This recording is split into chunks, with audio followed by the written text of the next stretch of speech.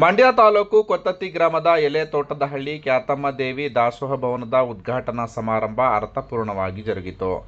ರಮ್ಮನಹಳ್ಳಿ ಬಸವ ಧ್ಯಾನ ಮಂದಿರದ ಬಸವಲಿಂಗಮೂರ್ತಿ, ಬೇಬಿ ಮಠದ ಶಿವಬಸವ ಸ್ವಾಮೀಜಿ, ಕಲ್ಕುಣಿ ಗವಿ ಮಠದ ಮಲ್ಲಿಕಾರ್ಜುನ ಸ್ವಾಮೀಜಿ, ಅಲ್ಲಮ ಪ್ರಭು ಮಠದ ತಿಪ್ಪೇರುದ್ರ ಸ್ವಾಮೀಜಿ ನೇತೃತ್ವದಲ್ಲಿ ಭವನದ ಉದ್ಘಾಟನೆ ಜರುಗಿತು. ಕಾರ್ಯಕ್ರಮದ ನಂತರ ಅನ್ನ ಸಂತರ್ಪಣೆ ಏರ್ಪಡಿಸಲಾಗಿತ್ತು.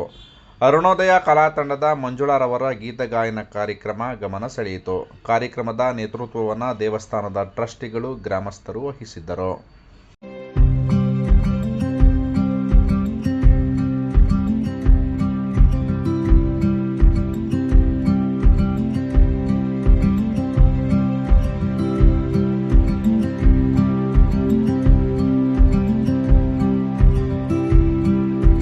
ಮಹಾಲಕ್ಷ್ಮಿ ಕೃಪಾ ಪ್ರಕಾಶದ ಅನ್ನಪೂರ್ಣ ದೇವತಾ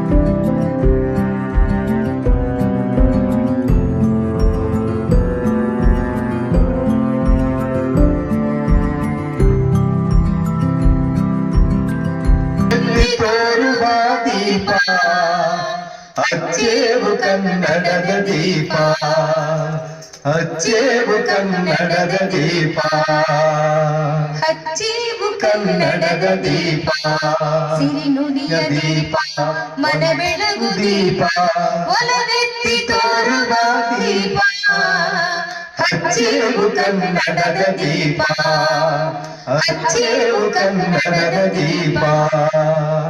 ಬಹುದಿನಗಳಿಂದ ಮೈ ಮರವ ಕೊಳೆಯ ಕೊಚ್ಚೇವು, ಬಹುದಿನಗಳಿಂದ ರಾಜ್ಯದಂತ ವೇದಿಕೆಯಲ್ಲಿರುವ ಎಲ್ಲ ಅತಿಥಿ ಗಣ್ಯರಿಗೆ, ಸ್ವಾಮೀಜಿಗಳಿಗೆ ತುಂಬ ಹೃದಯದ ಧನ್ಯವಾದಗಳನ್ನ ಸಲ್ಲಿಸಿದ